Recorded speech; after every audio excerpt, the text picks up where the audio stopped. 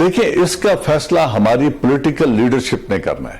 ہماری لیڈرشپ نے یہ فیصلہ کرنا ہے کہ ہم نے ملک کے اسٹریٹجک انٹرسٹ کا دفاع کس طریقے سے کرنا ہے. ہم نے اپنے جو کشمیری بھائی ہیں ان کے حقوق کے لیے کس حد تک جانا ہے, کیونکہ اس میں پاکستان کی سلامتی مضمر ہے کشمیر کی سلامتی کے ساتھ. کشمیریوں کو حق ملے گا تو پاکستان سلامت رہے گا, اور اگر خدا نہ خواستہ کشمیریوں کا حق ان سے چھین لیا گیا اور کشمیر کو بزور بازو ایبزارب کر لیا گیا تو جیسا پہلے میں نے کہا ہے ہمارے پاس سوائے دفاعی جنگ لڑنے کے اور کوئی راستہ نہیں رہ جائے گا.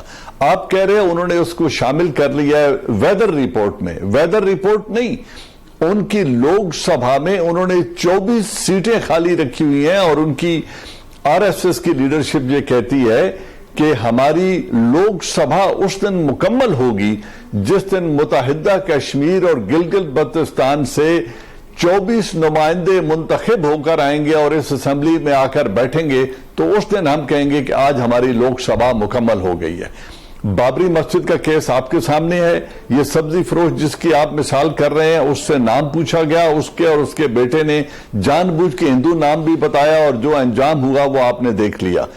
اس وقت وہ جو کچھ کر رہے ہیں وہ وہاں پہ مسلمانوں کو نعوذ باللہ حضور اکرم صلی اللہ علیہ وسلم کی شان میں گستاخی کرنے کے لیے مجبور کرتے ہیں اور جے شری نام کا نعرہ لگواتے ہیں. تو یہ مذہب کی بنیاد پر ہونے والا ظلم یہ کب تک ہوتا رہے گا اور اس کو مسلم امہ کب تک برداشت کرتی رہے گی؟ اس فیصلے کا یہ فیصلہ ہے جو ہماری پولیٹیکل لیڈرشپ نے کرنا ہے اور قوم کو ایک صحیح سمت میں لے کر جانا ہے, اور باقی تمام انسٹیٹیوشن نے حکومت کے ساتھ کھڑے ہونا ہے. دفاع سے لڑی ہوئی جنگیں جیتی نہیں جاتی, جنگ وہ جیتی جاتی ہے جس کو دشمن کے علاقے میں لے کر جایا جائے. ہم ابھی تک ڈیفینسو میں بیٹھے ہیں. ہندوستانی لیڈرشپ نے جب بھی کوئی فیصلہ کرنا ہوتا ہے وہ کر گزرتے ہیں. بابری مسجد انہوں نے گرا دی, انہوں نے پرواہ تک نہیں کی, عدالت نے فیصلہ لے لیا.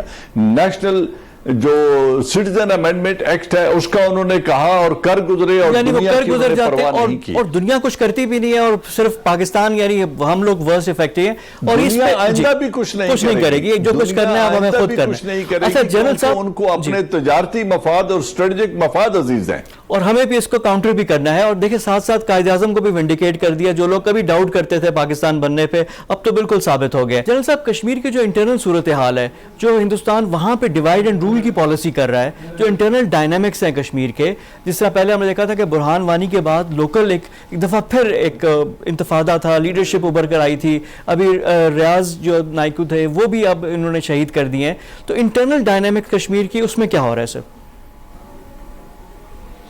دیکھیں یہ اس وقت جو موجودہ صورتحال ہے اس کو ہماری لیڈرشپ کو بڑے غور سے دیکھنا چاہیے. وہاں ہو کیا رہا ہے؟ اس سے پہلے 72 ایئرز میں ہندوستان نے ہمیشہ جو کشمیری لیڈرشپ تھی اس کو ڈیوائیڈ کر کے رکھا, اور اس طریقے سے وہ اپنے عزائم حاصل کرتے رہے اور اس کو ڈیلے کرتے رہے. Farooq Abdullah and Mufti family کو انہوں نے اپنے ساتھ میں لایا, اور وہ یونینسٹ تھے جو انڈین یونین میں رہ کے کشمیریوں کے حق کی بات کرتے تھے. حریت والے ہمیشہ پلیبسٹ کی بات کرتے تھے, اور ایک اور چھوٹا طبقہ تھا جو انڈیپینڈنٹ کشمیر کی بات کرتا تھا. اس طریقے سے انہوں نے تقسیم کر کے ہندوستان کو 72 ایئرز انہوں نے گین کیے اور کبھی پلیبسٹ نہیں ہونے دیا. آج کیا ہو رہا ہے؟ جب انہوں نے 370 اور 35A کو ریووک کیا ہے تو یہ تمام کشمیری ایک جگہ پہ اکٹھے ہو گئے ہیں, کیونکہ ان سے ان کی شناخت چھین لی گئی ہے. آج یہ وہ موقع تھا جب تمام لیڈرشپ یک آواز ہو کر اپنا حق طلب کر رہی تھی, اور ہندوستان نے یہ ایک بہت بڑا اسٹریٹجک مسٹیک کر دی تھی. اب کیا ہو رہا ہے کہ انہوں نے فاروق عبداللہ فیملی اور مفتی فیملی کو جیلوں سے نکال دیا ہے, اور ان کے ساتھ سودے بازی ہو رہی ہے, جبکہ حریت کی لیڈرشپ اور نوجوان بچوں کو تو وہ قتل کر رہے ہیں, اٹھا کے تہار جیل میں اور باقی جیلوں میں لے جا رہے ہیں, اور ان کی جو حریت کی لیڈرشپ ہے ان کو انہوں نے قید خانے میں ڈال دیا ہے.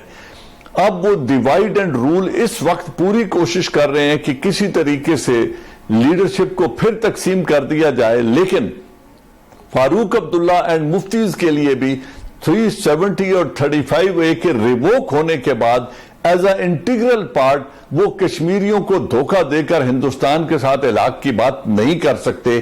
تو یہ موقع ہے جب ہم نے اس معاملے کو پہچاننا ہے اور اس یونین جو لیڈرشپ کے مقاصد میں جو اتفاق آیا ہے, ان کی جو یونین بنی ہے, جو اتحاد ہوا ہے, ہندوستان جس طریقے سے ایکسپوز ہوا ہے, اس وقت انہیں جتنی پاکستان کی اور یونائٹڈ نیشن کی ضرورت ہے اتنی اس سے پہلے کبھی نہیں تھی. یونائٹڈ نیشن ایک ٹاک شاپ ہے, اس کے علاوہ وہ کچھ نہیں کرے گی. امریکہ اور ویسٹ اپنا مفاد دیکھے گا. عملی قدم پاکستان نے اٹھانا ہے اور کشمیریوں کی امید ٹوٹنے سے پہلے, نا امید ہونے سے پہلے ان کی مدد کو پہنچنا ہے. یہ ہمارا اخلاقی فرض بھی ہے, ملٹری ضرورت بھی ہے, پولیٹیکل اینڈ اسٹریٹجک ضرورت بھی ہے, جس سے ہماری لیڈرشپ کو فیصلہ کرنا, اب ان کو اس وقت فیصلہ کرنا چاہیے. ہر سطح پر ان کو چاہیے کہ اس پر کام کریں, ڈپلومیٹیکلی, پولیٹیکلی, مسلم امہ کو جگائیں اور خود اپنے گھر میں تیاری مکمل کریں, ورنہ یہ جنگ ہم پر تھوپ دی جائے گی اور اس وقت ہم صرف ڈیفنسو بیٹل لڑتے رہیں گے. اور میں ایشو کی طرف آپ سے بات بھی کرنا چاہوں گا, وہ ہے بلوچستان کا. کل بھی ہمارے 6 جوان 6 بیٹے ہمارے قربان ہوئے وطن پہ, ایران بارڈر کے قریب تھے. اب انڈیا کی انوالومنٹ بلوچستان میں اب بہت آبویس ہوگی. کلبھوشن کو بھی ہم نے بلوچستان سے پکڑا تھا, جو ان کا سپائی تھا, جاسوس تھا, جو دہشت گردی کے لیے یہاں پہ آیا ہوا تھا. اب جو ان کے بھارتی میڈیا پہ جو باتیں ہو رہی ہیں, جو ہمارے پاکستانیوں کو بھی لیتے ہیں بات کرتے ہیں, وہاں پہ جو ان کے تجزیہ کار ہیں وہ فون لڑا کر کہتے ہیں کہ جی ہمارے پاس بلوچ لوگوں کے کانٹیکٹ ہیں. جو ان کے ریٹائرڈ میجر گورو ہیں وہ بھی اس طرح کی بات کرتے ہیں. ان کا ایک سناتے ہیں آپ کو کلپ کہ وہ کیا کہتے ہیں, پھر جنرل صاحب سے اس پہ بات کریں گے. جنرل صاحب یہ دیکھیں, جو ان کے ریٹائرڈ میجر وہ کہہ رہے ہیں کہ ہمارے فون پہ سارے کانٹیکٹس ہیں. یہ تو آپ مان رہے ہیں اجیت دوول کی جو پالیسی تھی کہ بلوچستان میں جو علیحدگی پسند ہے ان کے ساتھ جو اب ساری گڑبڑ تو وہ کر رہے ہیں. جو کل کا بھی جو ایونٹ ہے اس سے لنک کیا جا سکتا ہے, کیونکہ اس سے پہلے کشمیر میں جو کچھ ہو رہا ہے تو اس کا وہ کہہ رہے ہیں کہ جی ہم بلوچستان میں بدلہ لیں گے. تو پاکستان کہاں ڈیفنس کرے گا, کہاں ہم لوگ یہ دیکھتے رہیں گے؟ میں یہی کہہ رہا ہوں کہ دیکھیں, ہندوستان کی انوالومنٹ پاکستان کے اندرونی معاملات میں کوئی نئی بات نہیں ہے. کلبھوشن یادو جیسا بڑا ایجنٹ آج تک نہیں پکڑا گیا. ہندوستان کے پاس کوئی ایویڈنس نہیں ہے, جبکہ یہ شخص را کا ایک سینئر نیول آفیسر ہے جو خود اعتراف کر چکا ہے. وہ انٹرنیشنل کورٹ آف جسٹس میں جا کے اس کا دفاع نہیں کر سکے. اس کو انہوں نے فالس آئیڈینٹی اور غلط شناختی پاسپورٹ دے کر بھیجا ہوا تھا, اور اس کی تمام تر کنفیشن کے باوجود پاکستان نے کیا کیا ہے. پھر یہ جو آپ بات کر رہے ہیں کہ ان کے پاس یہ لال قلعہ میں جو نریندرا مودی نے سپیچ کی تھی, آپ ریٹائرڈ میجر کو چھوڑیں, خود نریندرا مودی نے کہا تھا کہ گلگت بلتستان اور بلوچستان سے لوگ میرے ساتھ رابطے میں ہیں اور وہ ہمیں کہہ رہے ہیں کہ ہماری مدد کرو. تو اگر ان کا وزیر اعظم بھی گلگت بلتستان اور آزاد کشمیر اور بلوچستان میں رابطے میں ہے تو Ajit Doval is paid for this thing. اس کا تو کام ہی یہ ہے. وہ تو بڑا علل اعلان کہہ چکا ہے کہ ہم پاکستان کے اوپر حملہ آور ہوں گے, ہم اس کو 2 لخت کریں گے. ان کے منسٹرز کا یہ کہنا ہے کہ پہلے پاکستان کے 2 ٹکڑے کیے ہیں, آپ 4 ٹکڑا کریں گے. تو اگر ان کے یہ عزائم ان کی حکومت کے ہیں, ان کی لیڈرشپ کے ہیں, اس کو بلا روک ٹوک وہ برملا کہتے ہیں ٹیلی ویژن پہ آ کے, تو ہمیں کس ایویڈنس کا انتظار ہے یا ہم کیا کر رہے ہیں؟ ہم کیوں اس بات سے ہچکچاتے ہیں؟ ہمیں کس بات کا خوف ہے؟ کیا اگر ہم مالی وسائل اور مالی امداد کی طرف دیکھتے رہیں گے تو جنگیں ریزالو سے جیتی جاتی ہیں. جنگ بدر سے لے کے تمام غزوات میں مسلمان رومیوں سے اور پرشین امپائر سے زیادہ طاقتور نہیں تھے اسباب جنگ میں اور مالی اعتبار سے, لیکن انہوں نے وہ جنگیں لڑی اور پرشین امپائر کو تحت ایک کر دیا. یہ مثال ہمارے پاس دین کی ہے. پھر افغانستان میں دیکھ لیں, جب افغانستان نے یو ایس ایس آر جیسا ملک ان کے ملک میں آیا تھا, دنیا کی کسی فوجی طاقت نے ایک بھی امریکن وہاں جا کے نہیں لڑا, ایک بھی پاکستانی سپاہی وہاں جا کر نہیں لڑا. افغانوں نے خود جنگ لڑی اور روس کو 60,000 لاشیں اٹھا کے وہاں سے جانا پڑا. جس اصول کے تحت دنیا نے افغانوں کی مدد کی تھی, آج انہی یو این ریزولوشن کے تحت کشمیریوں کو حق ہے آرمڈ ریزسٹنس کا, اور دنیا پہ فرض ہے بالخصوص عالم اسلام پہ کہ وہ اسی طریقے سے ان کی مدد کریں. جس طرح افغانوں کی مدد امریکہ اور ویسٹ نے USSR کے خلاف کی تھی، وہ مدد کے لیے وہاں پہنچ گئے تھے. ہمارے مسلمان آج مسلمانوں کا جینوسائیڈ دیکھتے ہوئے بھی سیاست کر رہے ہیں، اپنے سیاسی مفادات دیکھ رہے ہیں. آج اگر مسلم امہ ان کو یہ کہہ دے کہ آپ مسلمانوں کے خلاف ظلم بند کریں ورنہ آپ کی لیبر کو ہم ملک سے نکال دیں گے، تو اس ویکیوم کو فل کرنے کے لیے انڈونیزیا، بنگلہ دیش اور پاکستان کی لیبر حاضر ہے، موجود ہے. وہ سب کچھ کر سکتے ہیں اور تمام ضرورتیں پوری کر سکتے ہیں عرب ورلڈ کی. لیکن ایک قوت ایمانی چاہیے اس فیصلے کے لیے اور کلمہ حق کے لیے جرأت پیدا کرنی پڑے گی مسلم امہ کو، اور لیڈ رول پاکستان نے لینا ہے کیونکہ ہم سٹیک ہولڈرز ہیں اس میں. بہت شکریہ آپ کا اعجاز اوان صاحب، ہمارے ساتھ موجود تھے میجر جنرل ریٹائرڈ اعجاز اوان. ان سے گفتگو کر رہے تھے بھارت کے رویے پہ اور جو خطے کی صورتحال ہے اس پہ کیا امپیکٹ آ سکتا ہے. یہاں پہ وقت ہو گیا ایک بریک کا. بریک کے بعد آ کر گفتگو کا سلسلہ جاری رکھیں گے. ہمیں جوائن کریں گے ڈاکٹر طاہر شمسی، ان سے گفتگو کریں گے کورونا کی بابت، لیکن after a quick break. Stay with us. میرے ساتھ موجود ہے ابھی ڈاکٹر طاہر شمسی، ماہر امراض خون. ان سے گفتگو کریں گے پاکستان میں سب سے پہلے جو کورونا کی طرف مثبت جو اشارے تھے، جو مختلف سٹیپس جو لیے تھے، doctor Shamsi was at the forefront. انہوں نے کہا تھا کہ بلڈ پلازما کی جو تھراپی ہے اس میں کریں. ایک امید کی کرن کے طور پہ ڈاکٹر صاحب سامنے آئے تھے. ڈاکٹر صاحب السلام علیکم اینڈ ویلکم ٹو دا شو. وعلیکم السلام، بہت شکریہ مجھے اپنے ساتھ آج بلانے کا. ڈاکٹر صاحب ایک لمبا سفر ہے. جب 26 فروری کو پاکستان میں جب پہلا کیس آیا تھا اس سے لے کر اب جب اتنے زیادہ کیسز اب آ گئے ہیں، ڈیتھس بھی ہماری 600 سے زائد ہو چکی ہیں، تو اس سفر میں اب ہم کہاں تک پہنچے ہیں؟ جو آپ کی جو بلڈ پلازما والی جو تھیوری تھی اس میں آپ نے جب امپلیمنٹ کیا تو کیا ریزلٹس آئے ہیں، اور فی الحال کی جو صورتحال ہے وہ سم اپ کریں تو ہم کہاں پہ کھڑے ہیں؟ جناب، ہم اس کورونا کی پیک کی طرف ہم نے سفر شروع کر دیا ہے اور روزانہ کے حساب سے مریضوں کی تعداد میں اضافہ ہوتا چلا جا رہا ہے. اب اگلے 2 ہفتے میں ہم روزانہ 3,000 مریض روزانہ دیکھ رہے ہوں گے، اور اسی حساب سے لوگوں کا رخ جو ہے وہ زیادہ بیمار ہونے والے مریضوں کا ہسپتالوں کی طرف ہوگا. ہمارا ہیلتھ کیئر سسٹم یہ لوڈ برداشت کرنے کے قابل نہیں ہے، کولیپس ہو جائے گا. اچھا جی، اب جو صورتحال ہے لاک ڈاؤن ختم ہونے کے بعد وہ اب ایک پریشانی کی طرف ہمیں لے کے جا رہی ہے. جہاں تک پلازما کی سوال ہے، الحمدللہ بہت اسٹرگل کرنی پڑی لیکن ہم پلازما شروع کرنے کے قابل ہو چکے ہیں. اب جو سب سے بڑی ہمارے پاس مرحلہ ہے وہ لوگوں کو اس بات کی طرف راغب کرنا کہ لوگ آگے آئیں اور اپنا پلازما ڈونیٹ کریں. وہ لوگ خاص طور پہ جو ریکور ہو کے گھروں کو جا چکے ہیں، اب ان کی ذمہ داری ہے کہ اپنے بہن بھائیوں کی جانیں بچانے کے لیے زیادہ سے زیادہ پلازما ڈونیٹ کریں، تاکہ لوگوں کی جانیں بچانے کے لیے جو امید کی کرن ہے وہ ایک روشنی میں تبدیل ہو جائے. اچھا ڈاکٹر صاحب، یہ پلازما سے میرے 2-3 سوال ہے. ایک تو یہ کہ پلازما جو صحت یاب ہو گئے ہیں ان کا کتنے عرصے تک یہ دے سکتے ہیں؟ یہ ایک دفعہ دے سکتے ہیں یا ملٹیپل ٹائمز بھی دے سکتے ہیں؟ تو اس میں موٹیویٹ تو کرنا چاہیے جو لوگ صحت یاب ہو رہے ہیں ان کو، جاتے جاتے اتنے ٹیسٹ آپ نے لیے ہیں تو ان کا بلڈ بھی تھوڑا سا لے لیں. دیکھیے، اس کا طریقہ یہ ہوتا ہے کہ جب وہ لوگ ریکور ہو جاتے ہیں اور جس کا ان کا PCR کا ٹیسٹ نیگیٹو ہو جاتا ہے تو اس کے کم سے کم 2 ہفتے کے بعد دینے کے قابل ہوتے ہیں. یعنی اس میں جسم میں سے پلازما کے اندر IgG اینٹی باڈی ڈیولپ ہوتی ہے جو ہمیں چاہیے ہوتی ہے مریضوں کا علاج کرنے کے لیے. اور جس وقت ڈسچارج ہو رہے ہوتے ہیں اس وقت وہ وائرس بھی بمشکل غائب ہوا ہوتا ہے جسم میں سے، اینٹی باڈی نہیں بنی ہوئی ہوتی، تو اس وجہ سے ان کا اس وقت بلڈ نہیں نکال سکتے. یعنی آپ نے کہا ہے کہ 2 ہفتے کے بعد ان کا وہ آپ کو چاہیے ہوتا ہے. اس کی ویلیڈیٹی کتنی ہوتی ہے کہ اگر مجھے آج جی اس میں صورتحال یہ ہے کہ PCR ٹیسٹ نیگیٹو ہونے کے 2 ہفتے کے بعد IgG اینٹی باڈی بن جاتی ہے اور اس کے بعد وہ ہر ہفتے 1 دفعہ پلازما ڈونیٹ کر سکتے ہیں، 4 دفعہ سے 5 دفعہ. یعنی ایک آدمی 4 سے 5 دفعہ پلازما ڈونیٹ کر کے اور ایک پلازما سے 2 افراد کی جان بچائی جاتی ہے. تو اگر 4 دفعہ ڈونیٹ کیا ہے کسی نے تو 8 لوگوں کی ٹریٹمنٹ میں یہ پلازما کام آئے گا. اور آپ نے کہا کہ اس کا ایک ٹائم پیریڈ بھی ہے.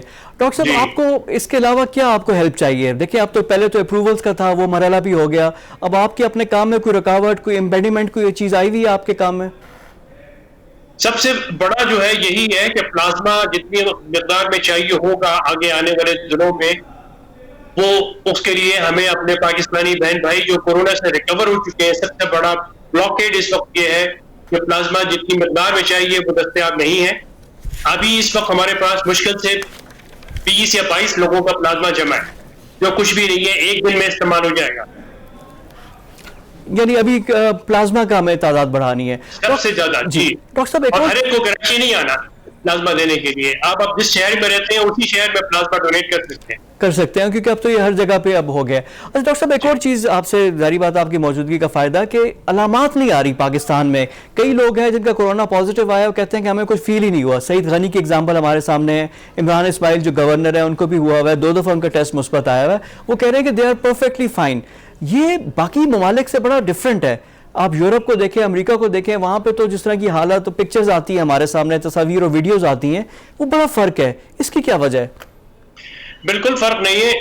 پوری دنیا میں 80% افراد ایسے ہوتے ہیں کہ جن میں کوئی بالکل علامات نہیں ہوتی، یا سوائے نزلہ کھانسی یا 1 دن 2 دن کے بخار، ہلکے بخار کے علاوہ کوئی علامت نہیں ہوتی. بالکل پاکستان میں بالکل ویسا ہی ہو رہا ہے. صرف 20% لوگ ایسے ہیں کہ جن کو اسپتالوں میں جانے کی ضرورت اس لیے پڑتی ہے کہ ان میں شدت زیادہ ہوتی ہے بیماری، اور وہ اسپتال میں داخل کرنا پڑتا ہے ان کو. باقی جو لوگ ہیں 80%، وہ اگر ان میں ذرا سی بھی ٹیسٹ اگر پازیٹیو آ جائے اور معلوم ہو جائے تو ان کو کوارنٹائن کر دیا جاتا ہے. وہ جن لوگوں کے گھر چھوٹے ہیں اور وہ کوارنٹائن یا آئسولیٹ گھر میں نہیں ہو سکتے، تو حکومت کی بنائی ہوئی جو جگہیں ہیں وہاں پر جا کے کوارنٹائن کر لیا جاتا ہے. اور جن کے گھر بڑے ہیں جو اپنے گھر میں الگ ہو سکتے ہیں، وہ اپنے گھر میں الگ ہو جاتے ہیں. اچھا ڈاکٹر صاحب، اب اس میں اوور آل جو صورتحال ہے، جس طرح کہ اب کورونا کا ہم لوگوں نے مقابلہ بھی کیا ہے اور پاکستان اس میں سے اب تو لاک ڈاؤن بھی اب ختم ہو رہا ہے، لوگ نارمل زندگی کی طرف آ رہے ہیں، تو ورسٹ سیناریو کیا ہے اور بیسٹ کیس سیناریو کیا ہے؟ یہ کتنا عرصہ رہے گا اور کیا کیا ہمیں مشکل صورتحال ہو سکتی ہے اور بہترین صورتحال ہمارے لیے کیا ہو سکتی ہے؟ دیکھیے جی، دنیا کے تمام قواعد جو ہیں وہ یہ بتا رہے ہیں کہ ہمارے یہاں مئی کے آخر اور جون کے پہلے ہفتے میں یہ پیک پہ پہنچے گا. پیک پہ پہنچنے کا مطلب یہ ہے کہ روزانہ 8 سے 10 ہزار نئے کیسز جو ہے وہ ڈائگنوسس ہوتے ہیں، اور وہ کسی ملک میں 1 ہفتے رہتا ہے، کسی میں 1 مہینے رہتا ہے، اور اس کے بعد یہ نیچے کی طرف سفر شروع ہوتا ہے کہ تعداد کم ہونی شروع ہوتی ہے. اب تو دنیا بھر میں جہاں جہاں لاک ڈاؤن کو کم کیا گیا ہے یا ختم کیا گیا ہے، وہ لوگ ہیں کہ جس وقت یہ پیک سے اتر کے جس وقت تعداد کم ہونی شروع ہوتی ہے اس وقت لاک ڈاؤن کھولا جاتا ہے. ہمارے ہاں ہمارے ہاں جو کیسز جو ہیں ابھی بڑھتے چلے جا رہے ہیں، اور اس درمیان میں ان کو لاک ڈاؤن کو ہمارے یہاں جو ہے وہ کم کر دیا گیا ہے اور آہستہ آہستہ ختم کرنے کی بات ہو رہی ہے. یہ بظاہر ایک تشویشناک صورتحال ہے جو کہ اب ہمیں اس کی وجہ سے ہو سکتا ہے ہمیں ہزاروں کی تعداد میں مریض دیکھنے کو ملے، اور ہو سکتا ہے کہ ہماری جو فگر ہے وہ کئی لاکھ کیسز جو ہیں وہ اگلے 2-3 مہینے میں پہنچ جائیں، جو انتہائی تشویشناک بات ہوگی.